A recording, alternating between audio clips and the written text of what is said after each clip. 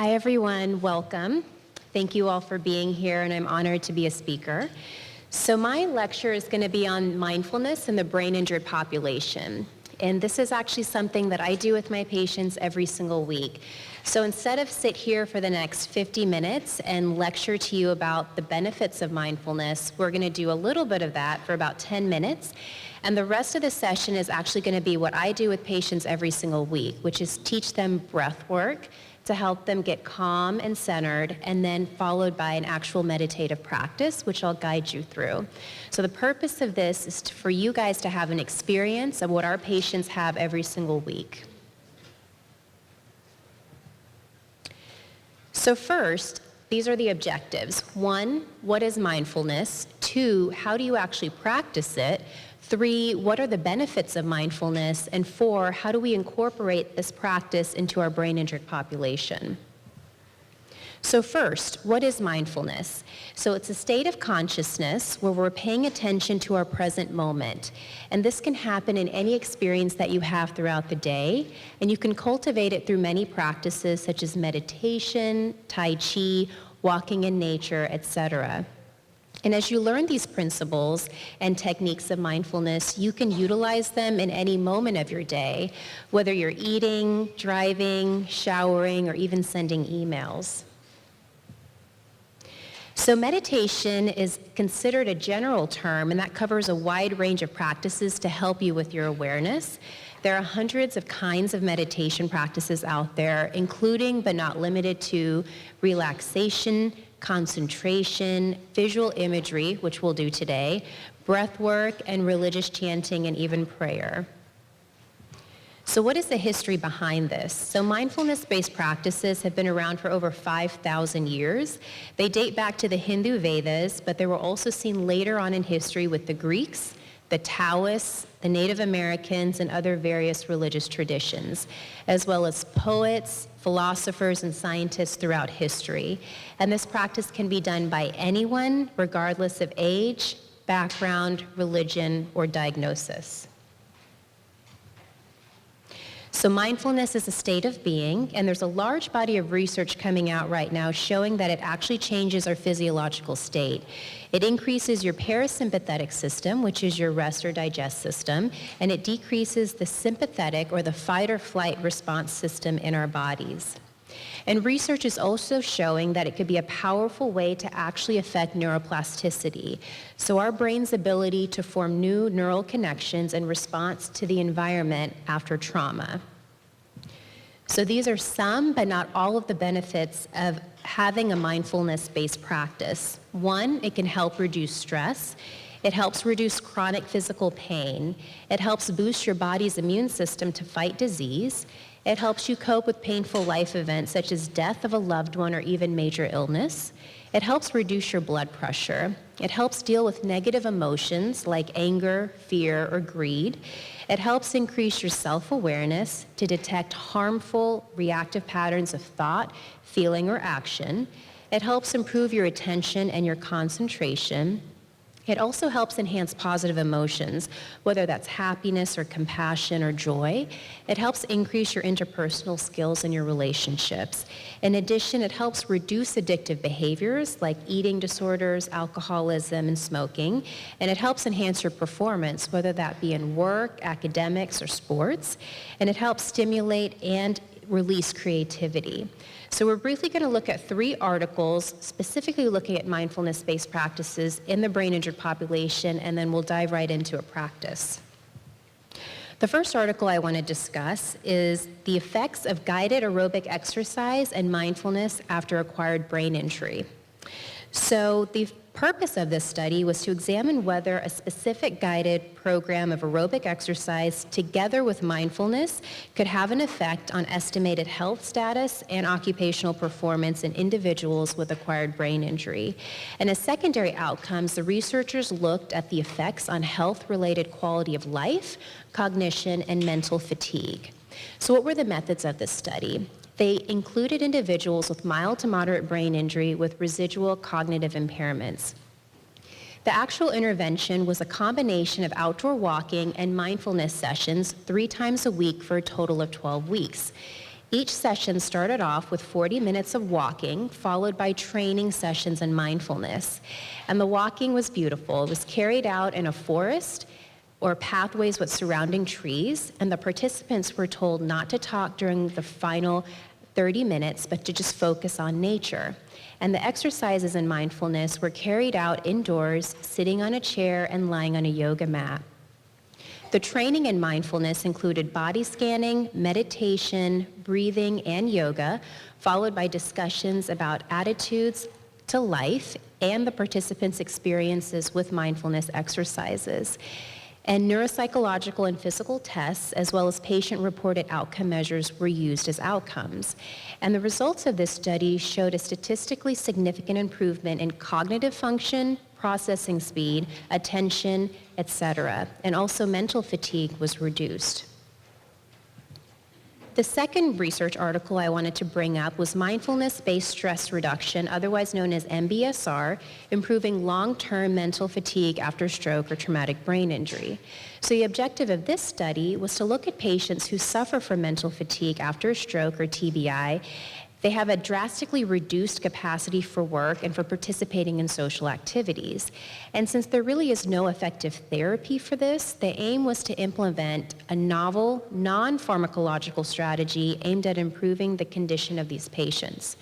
So what were the methods of this study? It tested a treatment with mindfulness-based reduction, MBSR, and the results were evaluated using a different scale, a self-assessment scale for mental fatigue and a variety of neuropsychological tests. They had 18 stroke patients and 11 traumatic brain injury patients. And just in general, what is MBSR? You might have heard of it before, but it's designed for a heterogeneous population. It's an educational program not about training to remove something unwanted, but learning rather to live fully, live life to the fullest. It's clinically effective for a wide range of conditions as stress, depression, pain, fatigue, and even cancer, with the potential of helping individuals to cope better with their difficulties. So the results of this study showed a statistically significant improvement achieved in the primary endpoint, which was the self-assessment for mental fatigue, and the secondary endpoint, which was neuropsychological tests. And concluding from this study, they show that MBSR may be a promising non-pharmacological treatment for mental fatigue after a stroke or traumatic brain injury. And the last research article I want to go to before we dive into practice is Stimulus Overselectivity in Temporal Brain Injury, Mindfulness as a Potential Intervention.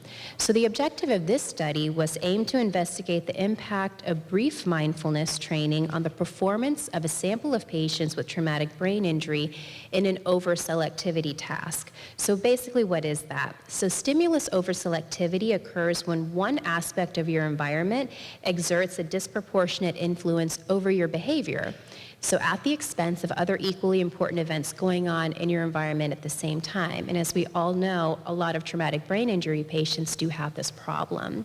And it's been suggested that individuals who display overselectivity may suffer attention control deficits that impair their ability to attend to their environment in an appropriate manner. So what was the method of the study? It was a between subjects design, so they used mindfulness intervention versus a control group with the difference between the number of most and least chosen stimulus selections during an overselectivity task, and they used a variety of tests to test this. And the results showed that overselectivity was significantly reduced by a mindfulness induction when compared to a non-intervention control group. Now that you have a background about the benefits of meditation and mindfulness and these practices, let's go ahead and go into practice. So again, this is what I do with my patients every single week, and it's structured very similarly to this.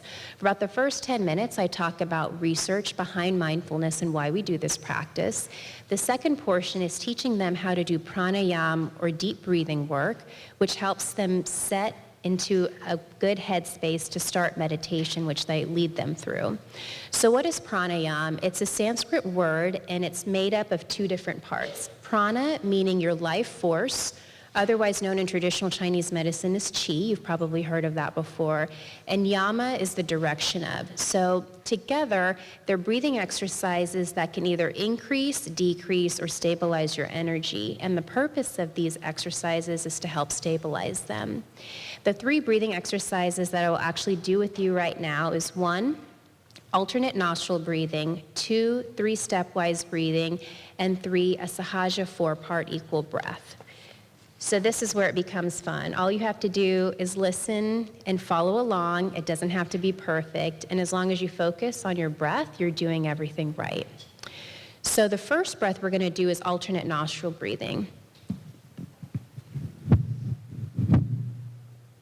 So what we're going to do is take your right hand, and with the 2 fingers right over here, you're going to place them right in between your eyebrows. And then it's alternate nostrils. So either your thumb will hold down your right nostril or your 4th ring finger will hold down your left nostril. So you're going to place your 2 fingers right here between your eyes. You're going to close your right nostril and take a deep breath in through the left nostril. Hold it, close the left nostril, breathe out through the right. Breathe in through the right nostril. Close the right nostril, breathe out through the left. And that's 1 round. We're going to do a few more of these, okay? So close your right nostril, breathe in through the left. Close the left, breathe out through the right. Breathe in through the right. Close the right, breathe out through the left. And we'll repeat. Breathe in through the left. Close, breathe out through the right. Breathe in through the right. Close, breathe out through the left. We'll repeat. Breathe in through the left. Close, breathe out through the right. Breathe in through the right. Close, breathe out through the left. And we'll do it one more time. Breathe in through the left. Close, breathe out through the right. Breathe in through the right. Close, breathe out through the left. And just put your hand down and open your eyes. How do you guys feel? A little different? Maybe a little bit more calm and centered? So that's actually my favorite pranayama technique. And the second one we're going to do is called 3-stepwise breathing. And this is also very simple, and all of these are things that you can utilize on your own or do safely with patients. And so for 3-stepwise breathing, you're going to exhale all the way out, and then you're going to take a breath in and hold it, take a breath in and hold it, take a breath in and then hold it at the top. You're going to take a breath out, hold it, a breath out, hold it, a breath out, and hold it at the bottom. So 3 breaths into the top and 3 breaths out to the bottom. And you want to kind of space your breathing. And this one takes a little bit longer to get used to. And some of these are easier than others, but all of these have wonderful benefits. So, and what you can do with your hands is place them on your lap with your palms facing up. So we'll start off with just taking a cleansing breath in through the nose and then out. And then we'll start. Take a breath in, hold it, breath in, hold it, breath in, and hold it. Breathe out, hold it, breathe out, hold it, breathe out, and hold it. Really good. Take a cleansing breath in, and then out. Breath in and hold it, breath in and hold it, breath in, and then hold it at the top. Breathe out, hold it, breathe out, hold it, breathe out, hold it. Good. Take a cleansing breath in, and then release whatever you don't need out. And we'll do it one more time. Breathe in, hold it, breathe in, hold it, breathe in, hold it at the top, breathe out, hold it, breathe out, hold it, breathe out, and hold it. Good. Take a deep breath in, and then let everything out. Good. And the last breath that we're going to do is called a Sahaja 4-part equal breath. And when you think about doing this specific type of pranayama, you want to think about air expanding from the bottom of your lungs all the way to the top, and every rib expanding, and even your clavicles. And the more air that you get, the more oxygen that you're able to put into your lungs, the more that gets to your brain, and the better the benefit. And it's just 4-part equal breath. So you're going to breathe all the way out, and then you're going to breathe in and hold it at the very top, and then you're going to breathe out and hold it at the very bottom. And we'll do a couple of rounds of this, okay? And again, you can have your palms on your lap, just facing up. And just everyone close their eyes. And we'll just take a deep breath in and take a cleansing breath out. And then we'll begin. Breathe in. Hold. Breathe out. Hold. Breathe in. Hold. Breathe out.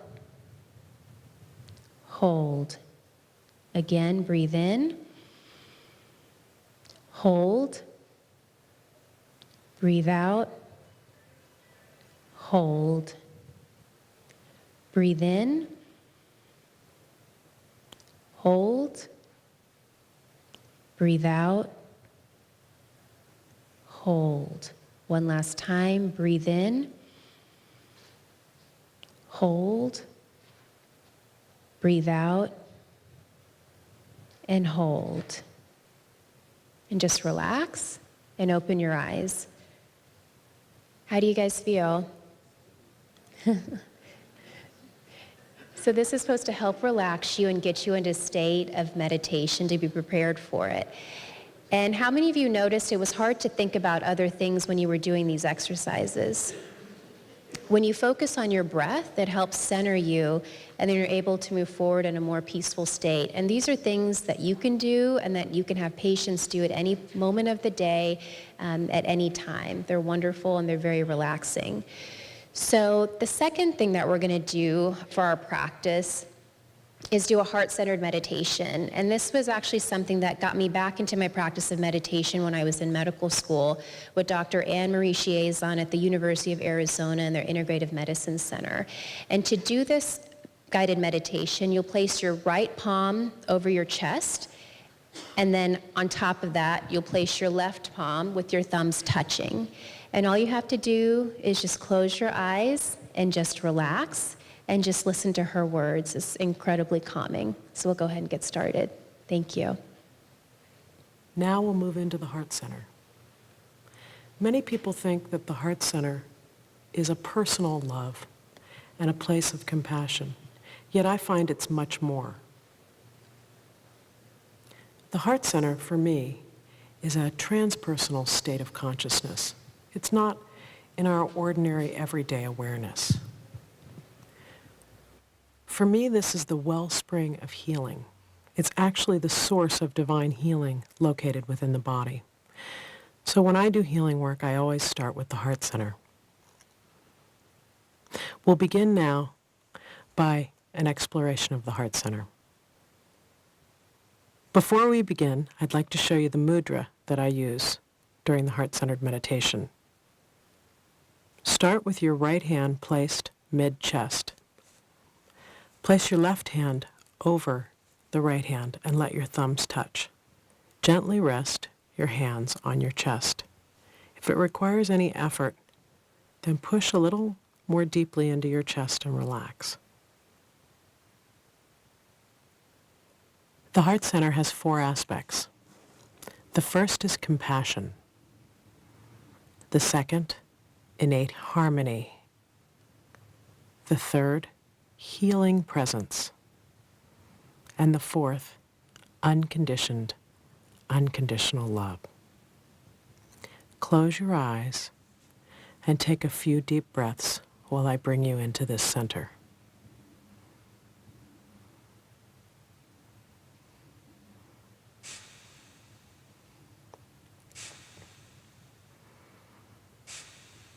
With your eyes closed, slow your breath.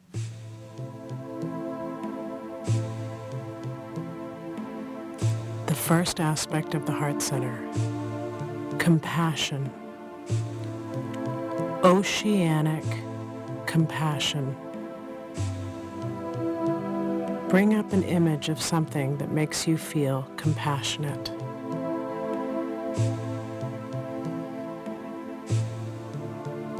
Breathe compassion. Be compassion.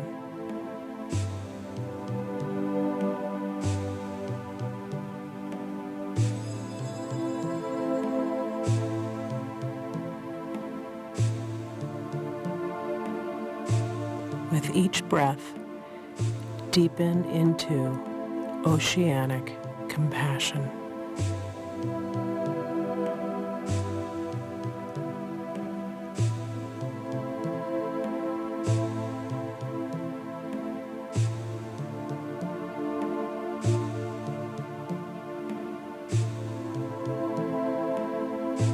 Allow it to flow through your entire body.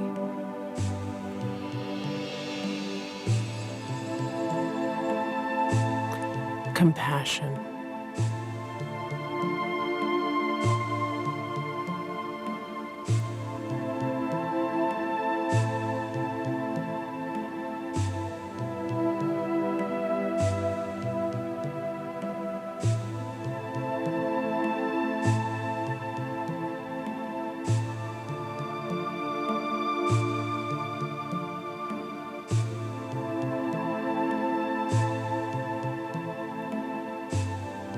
Now, gently shift your awareness to the second aspect of the heart center, innate harmony. It's the calm in the midst of chaos.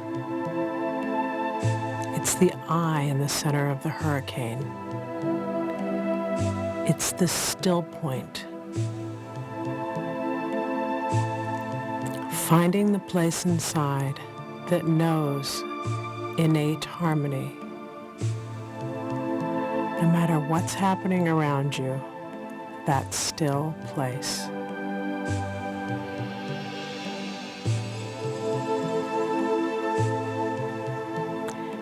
Innate harmony.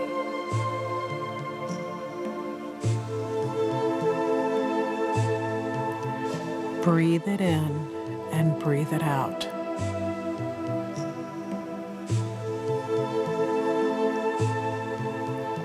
Become innate harmony.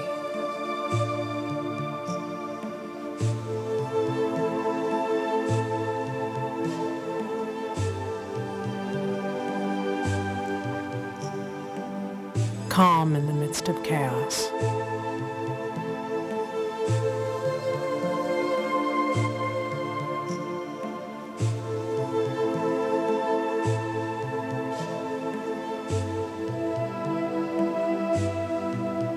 Let it perfuse your whole body.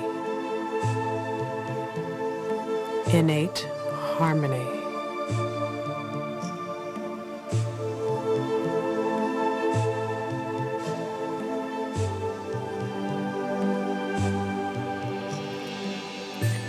Now, shift your focus to the third aspect of the heart center, healing presence.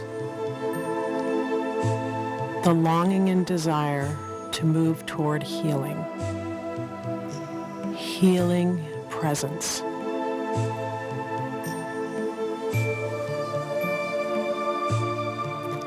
With each breath, allow yourself to feel the longing for healing. Desire turned into service. Healing presence.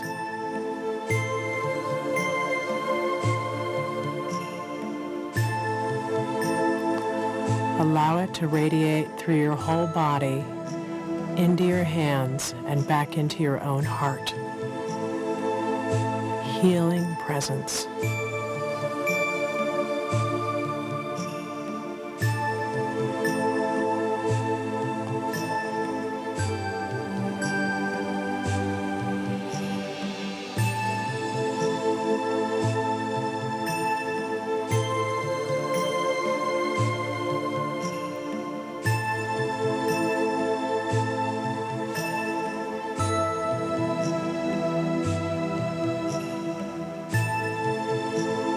Take a deep breath in and allow your focus to shift again to the fourth aspect of the heart center. Unconditioned, unconditional love.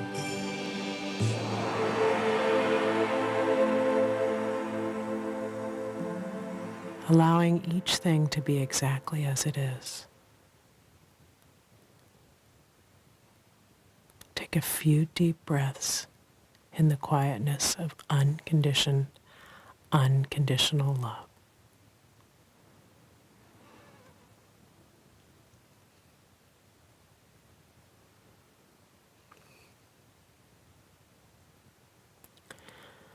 Unconditioned, unconditional love. It's not personal love. It's divine love, with the ability to love everything and anything that comes into its focus. No judgment. Unconditioned, unconditional love. Breathe it in and breathe it out. Allow yourself to be unconditional love.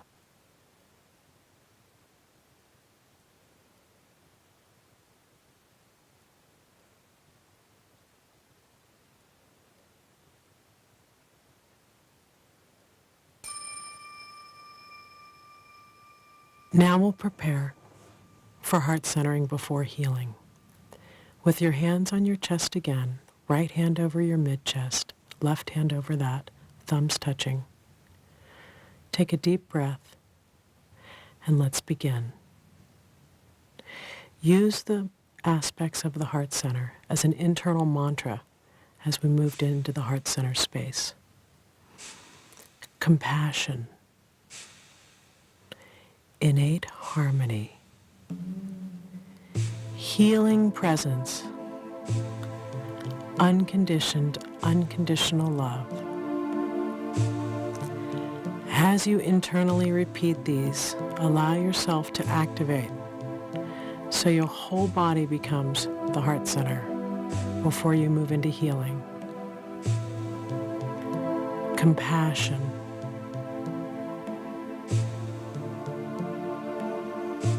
innate harmony, healing presence, unconditioned, unconditional love.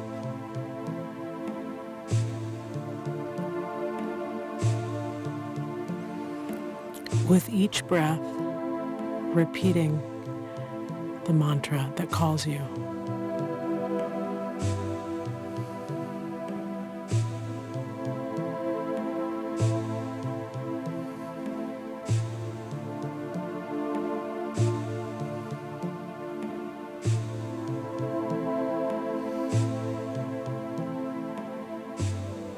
Allowing your whole body to experience the heart center.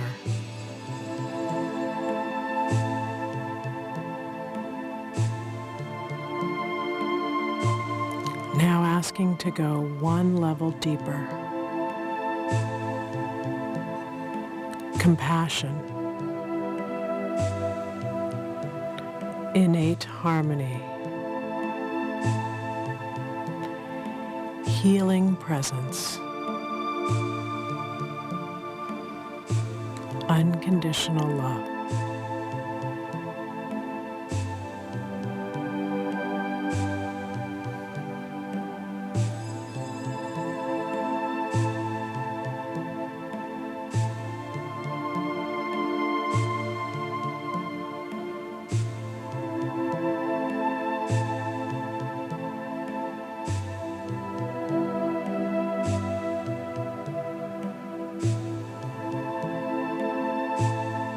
With each breath, dropping in deeper.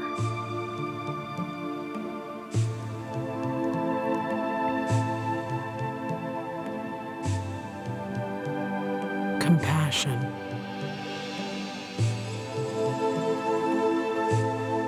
Innate harmony. Healing presence. Unconditional love.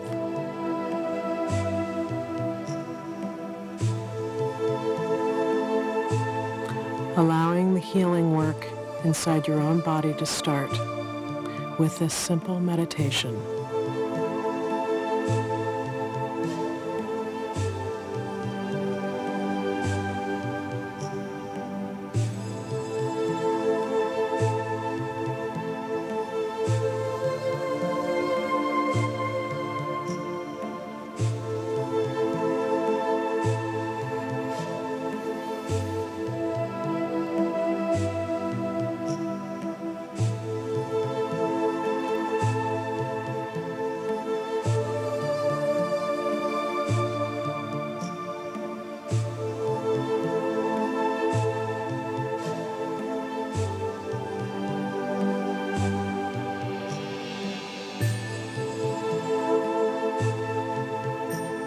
Asking for any healing that you're seeking from the source.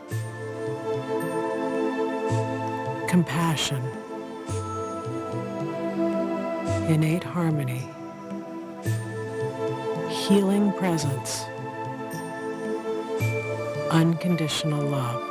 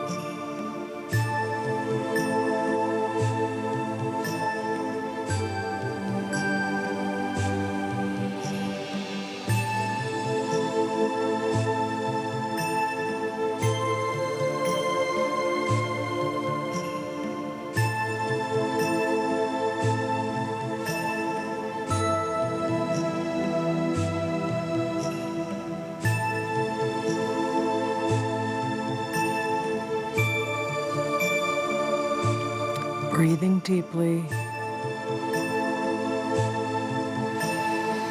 feeling it throughout your whole body.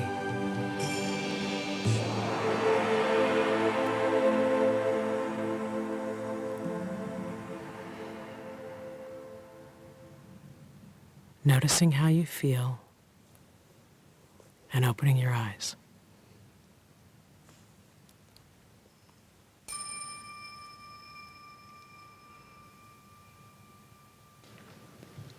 How is that? That felt good?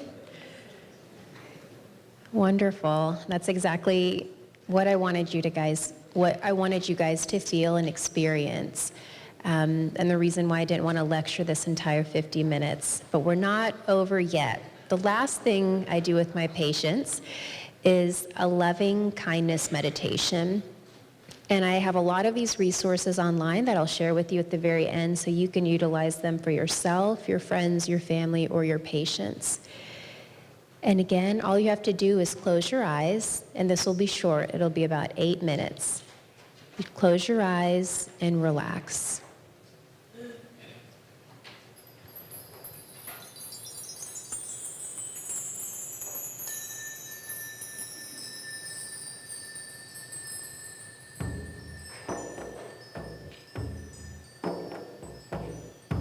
To begin this practice, let yourself be in a relaxed and comfortable position.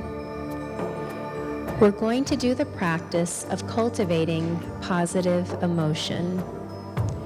In this case, loving kindness, which is the desire for someone to be happy. or yourself to be happy. It's not dependent on something. It's not conditional. It's just a natural opening of the heart to someone else or to yourself. So you can check into your body and notice how you're feeling right now, letting whatever is here be here. Now let yourself bring to mind someone whom, the moment you think of them, you feel happy. See if you can bring to mind, it could be a relative or a close friend, someone with not too complicated a relationship, just a general sense that when you think of them, you feel happy. You can pick a child, or you can always choose a pet, a dog or a cat, a creature that's fairly easy to feel love for. So let them come to mind. Have them have a sense of them being right in front of you. You can feel them, you can sense them, you can see them. And as you imagine them, notice how you're feeling inside. Maybe you feel some warmth, or there's some heat to your face, a smile, or a sense of expansiveness. This is loving kindness. This is a natural feeling that's accessible to all of us at any given moment. So now, having this loved one right in front of you, begin to wish them well. May you be safe and protected from danger. May you be happy and peaceful. May you be healthy and strong. May you have ease and well-being. And as I say these words, you can use my words or your own words, and have a sense of letting this loving kindness come from within you. And begin to touch this loved one, reaching out, far out. You might think in images. You might have a sense of color or even light. You might just have a feeling. The words may continue to bring on more of this feeling, and I encourage you to say whatever feels meaningful to you.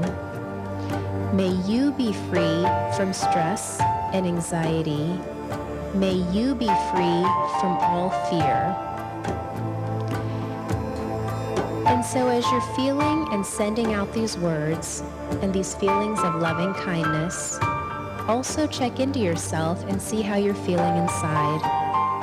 And now imagine that this loved one turns around and begins to send it right back to you. So see if you can receive the loving kindness.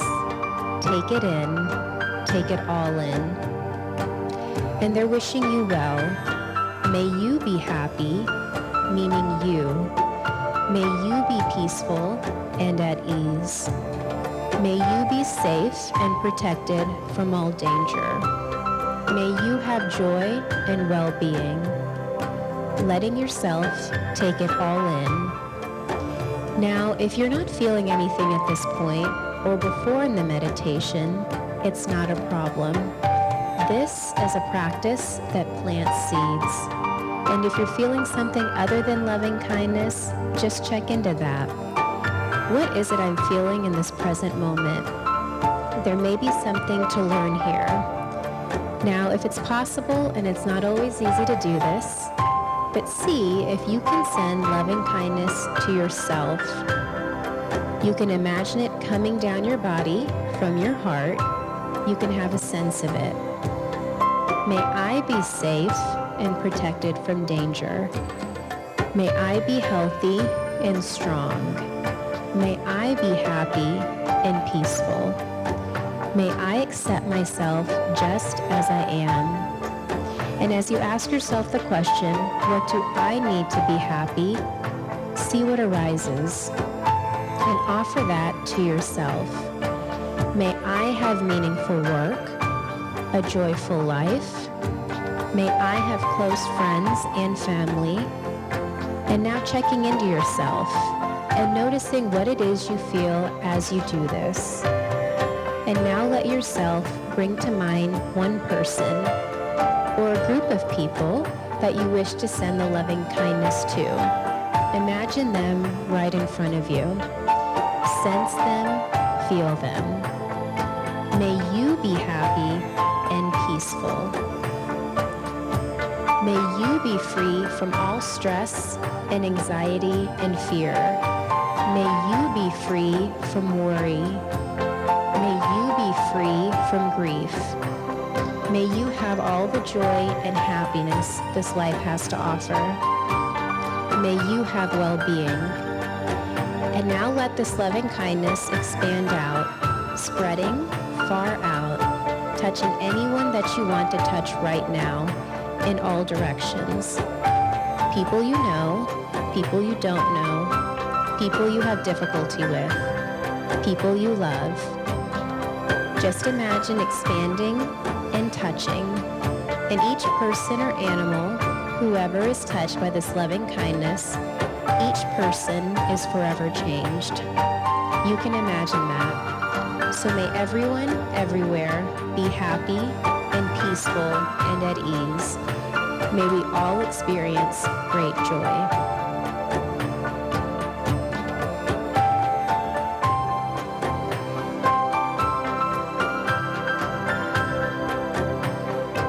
You can slowly open your eyes.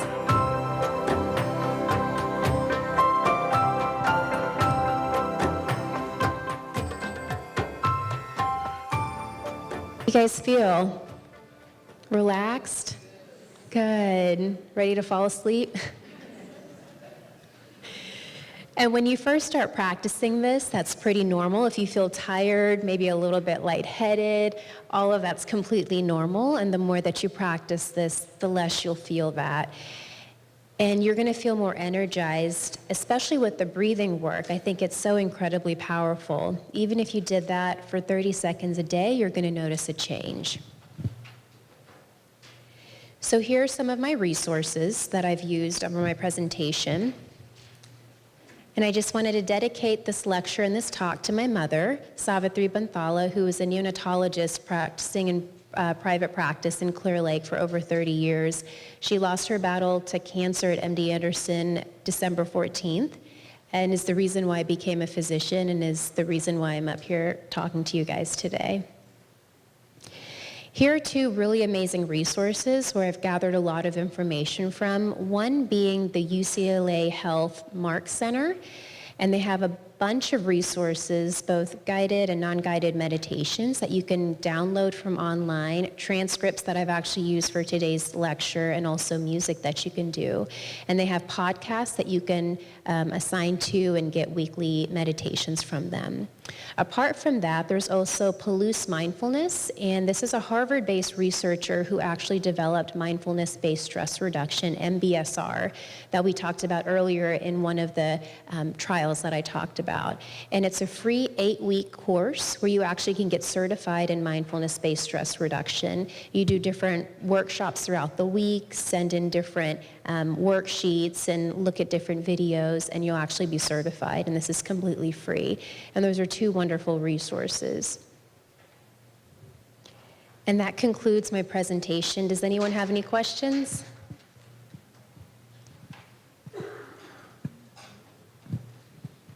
Wonderful. Well, you guys have lunch right now, and it's right next door, I believe, so I hope you all enjoy it, and thank you so much for this opportunity.